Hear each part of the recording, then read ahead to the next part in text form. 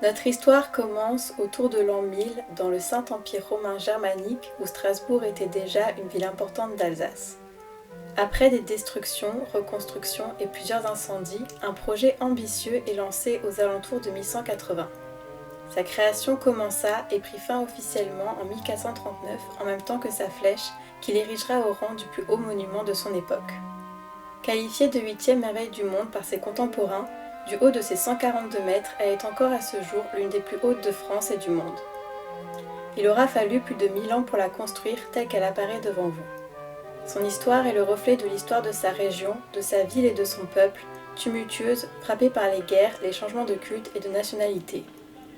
Cette grande dame trône toujours humblement au milieu des Strasbourgeois. Au loin et depuis les villages alentours, vous pouvez l'apercevoir, mais dès que vous vous rapprochez, elle se cache, jusqu'à ce que vous vous tourniez la tête et qu'elle se dresse devant vous au détour d'un croisement. Il est impossible de ne pas être impressionné devant sa grandeur et sa beauté, et ce, malgré son grand âge.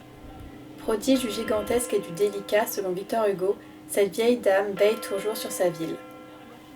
Je vous présente Notre-Dame de Strasbourg.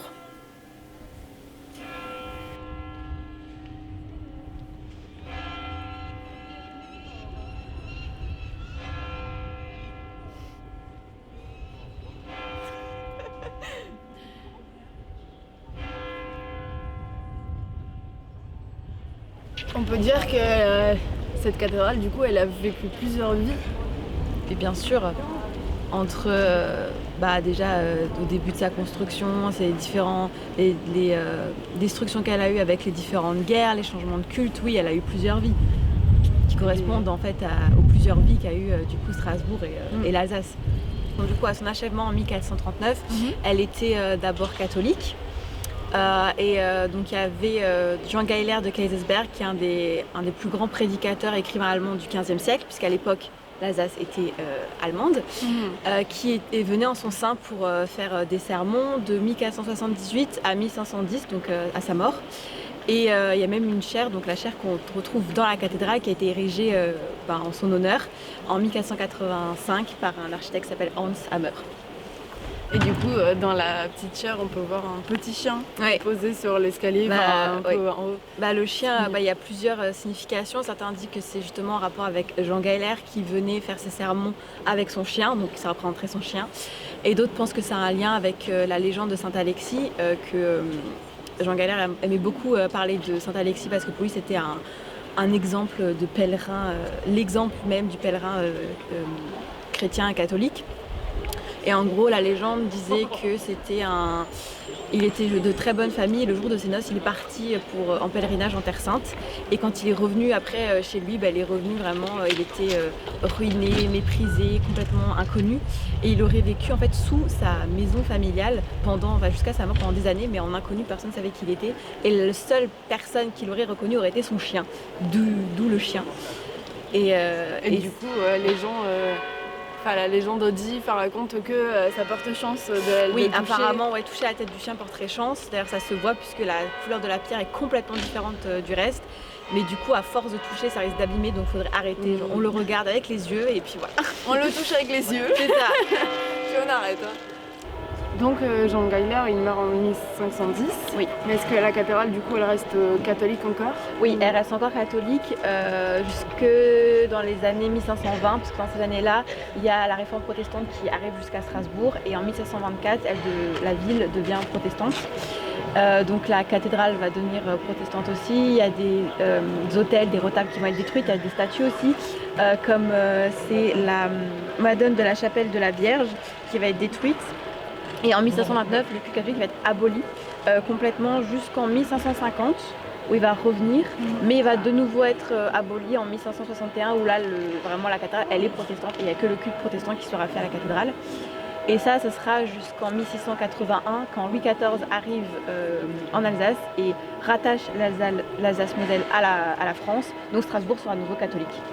Il y a eu plein d'autres soucis, parce qu'après il y a eu la Révolution. Et quand il y a eu la Révolution, ça a fait beaucoup de dégâts parce que en 1793, un arrêté ordonne la destruction de toute image à connotation religieuse. Donc, dans une cathédrale, c'est un petit peu compliqué. Donc, il y aura 235 statues qui vont être complètement détruites. Et il y a certains ouvriers qui vont en cacher certaines pour pas qu'elles soient toutes détruites. Et après, en 1794, il y a un conseil municipal qui a décidé qu'il voulait démolir la flèche de la cathédrale. Voilà, wow. Et du coup il y en a un autre qui propose qu'au lieu de la détruire, de la coiffer d'un bonnet phrygien en fer. De 10 mètres, c'est ça? Oui, en tôle de fer, et il sera environ 10 mètres, effectivement il sera pas en rouge, haut de 10 mètres, et il restera jusqu'en 1802. Et c'était monsieur... Alors c'était monsieur Jean-Michel Soultzer. Et c'est celui-là qu'on voit en petite sculpture sur le côté de la cathédrale. C'est ça, c'est lui qui a donné cette idée du bonnet phrygien plutôt que de détruire, donc c'est pas forcément, je pense pas que c'était très beau, mais au moins la flèche était toujours là. Elle est toujours là encore, ça. Et du coup en 1802 elle a été enlevée. Et donc il protège la flèche, il a regardé pour la protéger. C'est un peu ça, voilà. Et après du coup elle a juste été allemande du coup pendant la seconde et Non, elle a été allemande bien avant puisqu'il y a eu une guerre en 1870 entre la France et la Prusse. Et en 1870, il y a eu des bombardements prussiens sur Strasbourg, la cathédrale a été touchée. Et le 27 septembre, du coup, elle capitule en mettant en hissant un drapeau blanc du coup sur la flèche. Et là, l'Alsace-Moselle est annexée du coup à l'Allemagne à nouveau, donc elle redevient allemande. Et ça jusqu'à la fin de la Première Guerre mondiale.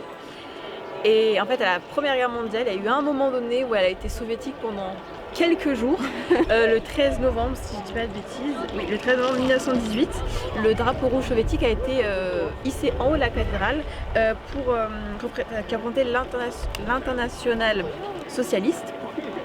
Il y a eu des petits conflits en fait, et c'est resté pendant quelques jours où en fait ils voulaient créer une sorte de peut-être institution, république, enfin quelque chose vraiment l'Alsace, genre un truc ensemble, et ça a duré quelques jours. Et du coup la France, les forces françaises sont venues le 22 novembre libérer Strasbourg et l'Alsace et ont enlevé du coup le drapeau soviétique. Et d'où la rue du 22 novembre. Oui, parce qu'ils sont passés par là. Et du coup c'est pour ça le nom de la rue du 22 novembre. Donc en fait elle n'a pas été tout de suite française à la fin de la Seconde Guerre, à l'armistice, mais quelques jours plus tard quoi. Première guerre mondiale, voilà. L'Alsace redevient française quand les troupes françaises sont venues libérer des soviétiques Strasbourg le 22 novembre, c'est ça. Et après du coup il y a eu la Seconde Guerre mondiale, voilà. Du coup en 1918 donc c'est de nouveau français, et en 1940 l'Alsace est annexée l'Alsace-Moselle est annexée à nouveau au Troisième Reich. Les troupes allemandes elles pénètrent dans Strasbourg le 19 juin 1940. Et à ce moment-là, du coup, elles vont hisser le drapeau nazi sur la flèche. Cette flèche aura vu tous les drapeaux, hein, là, c'est tout eu. Et les chapeaux. Et le chapeau également. Et le 28 juin, du coup, Hitler se rend à Strasbourg, il va visiter la cathédrale, et là, il va tomber sous le charme, il va la trouver magnifique. Mais il va du coup essayer d'interdire le culte catholique à la cathédrale, et ce sera la première fois que Notre-Dame n'aura aucun culte qui va y être... Parce qu'il n'y a pas le culte catholique ni protestant. C'est ça, en fait, il va interdire de célébrer des offices, des messes, donc ce sera la première fois que Notre-Dame sera complètement fermée. Et en fait, il avait le projet de transformer la cathédrale en un monument national à la gloire du peuple germanique. Et au départ, il voulait le faire pendant la guerre, et puis finalement, comme forcément les habitants n'étaient pas très chauds pour faire ça, ils se sont dit, on va attendre la fin de la guerre, la victoire, parce qu'ils étaient persuadés qu'ils allaient gagner. Heureusement, du coup, pour la cathédrale, ils n'ont pas gagné. Voilà, c'est ça. Et du coup, le 23 novembre 1944, Strasbourg est libéré des Allemands, la cathédrale, elle est ouverte, et la messe y est à nouveau célébrée. Et pour dire qu'elle a été libérée, du coup, ils ont hissé le drapeau français sur la flèche à nouveau pour dire qu'elle était française. Et le 23 novembre 2009, c'était les 65 ans de cet événement, et du coup le drapeau français tricolore a de nouveau été hissé sur la flèche pour célébrer la fin de toutes ces années de changement de nationalité. Parce que du coup, depuis ce 23 novembre 1944, l'Alsace, Moselle, Strasbourg, la cathédrale, elles sont françaises. Donc d'un point de vue architectural aussi, la cathédrale elle est très emblématique en fait, puisque déjà elle est rose. Oui, parce qu'elle a été construite avec le grès rose des Vosges, parce que c'est la pierre qu'on trouve ici. Donc elle a été construite avec ce qu'ils pouvaient trouver ici, c'est pour ça qu'elle est rose. Et c'est ce qui fait aussi qu'elle est unique, puisqu'il n'y a pas d'autres cathédrales roses. Mais en fonction en fait, de où elles sont construites, forcément ça change. Carrément. Et après, il y avait aussi une histoire avec le pilier des anges, non? Oui, qui le tenait, pilier des anges, donc lui, il a été construit beaucoup plus tôt, il a été construit vers 1225. Et en fait, ce pilier, quand il a été construit, il y a un monsieur qui s'est amusé à dire que ça ne tiendra jamais, l'architecture de ce pilier. Et du coup, je crois que c'est l'architecte du pilier qui a décidé de lui mettre une petite statue à son effigie qui regarde le pilier. Et la statue est toujours là, le pilier aussi. Et du coup, il est là, il regarde le pilier, il attend qu'il tombe. Voilà. Il va peut-être encore attendre longtemps parce que le pilier est toujours là.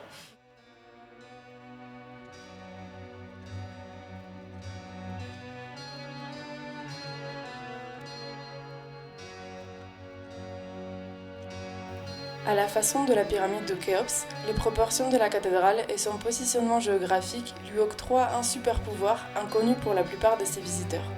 2 fois par an, à l'occasion des équinoxes, un rayon de lumière traverse un vitrail et se prolonge de couleur verte à l'intérieur de la cathédrale. Plus curieux encore, l'image traversée est celle de Judas et la statue illuminée, celle du Christ sur la chair.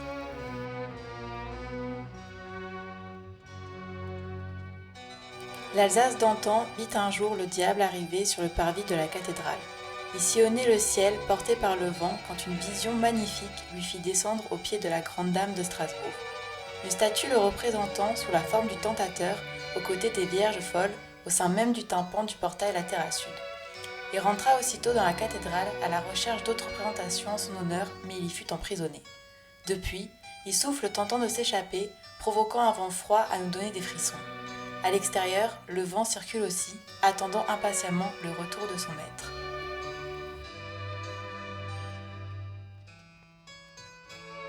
Une légende fait repousser le socle de la cathédrale sur un lac d'eau et de sable mouvant. Certains auraient essayé d'y entrer, mais y partirent aussitôt, effrayés par les cris d'animaux et de personnes qui s'y dégageaient. Animés par une seule barque faisant constamment le tour seul, cet endroit mystérieux serait la représentation même de l'enfer. Une vision fantomatique rôde dans les allées de Notre-Dame de Strasbourg. Munie d'un marteau et d'un ciseau, la Dame Blanche est associée à la dernière architecte du lieu. Dite Sabine, fille inconnue du maître d'œuvre Erwin de Steinbach, elle flotte telle une vision lumineuse qui attire ses spectateurs. Un jour, un gardien l'aurait suivie en montant de plus en plus haut dans la structure et, après avoir poussé un cri de terreur, il aurait été retrouvé mort sur le parvis. Nous espérons que ce chapitre de Secrets d'Alsace vous aura plu. Si c'est le cas, n'hésitez pas à lâcher un pouce en l'air et à vous abonner à notre chaîne. Nous nous reverrons très prochainement à la sortie d'un nouvel épisode autour de l'emblématique château du Haut-Königsbourg.